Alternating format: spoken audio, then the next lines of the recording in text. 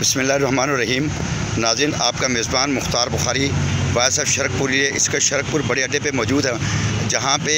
मियाँ जलील अहमद शरकपुरी साहब MP की खुसूसी मेहरबानी से शरकपुर की आवाम के गैस के प्रेशर को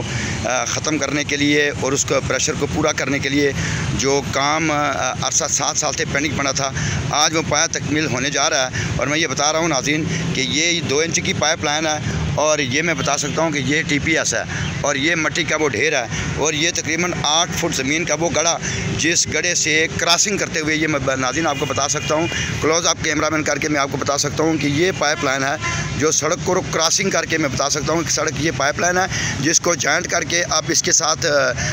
TPS DPS के साथ लगाया जाएगा और ये क्रॉसिंग है। ये पाइप लाइन जो क्रॉस हो चुकी है, रोड को क्रॉस यानी रोड को क्रॉसिंग हो चुकी हुई है। और आगे बता सकता हूँ कि वो क्रेन है जिस क्रेन के ज़रिए वहाँ से खुदाई करके इसका जॉइंट करके शरकपुर की आवाम को सुई गैस का वो मामला जो अरसा 7 साल से पेंडिंग पड़ा था वो पाया तकमील तक पहुँचने जा रहा है और आज उसका इख्तिताम होने जा रहा है। मैं समझता हूँ शरकपुर की आवाम की खुशनसीबी है और मियाँ जलील अहमद शरकपुरी साहब ने जितनी दिन रात कोशिशें की हैं, आज वो कोशिशें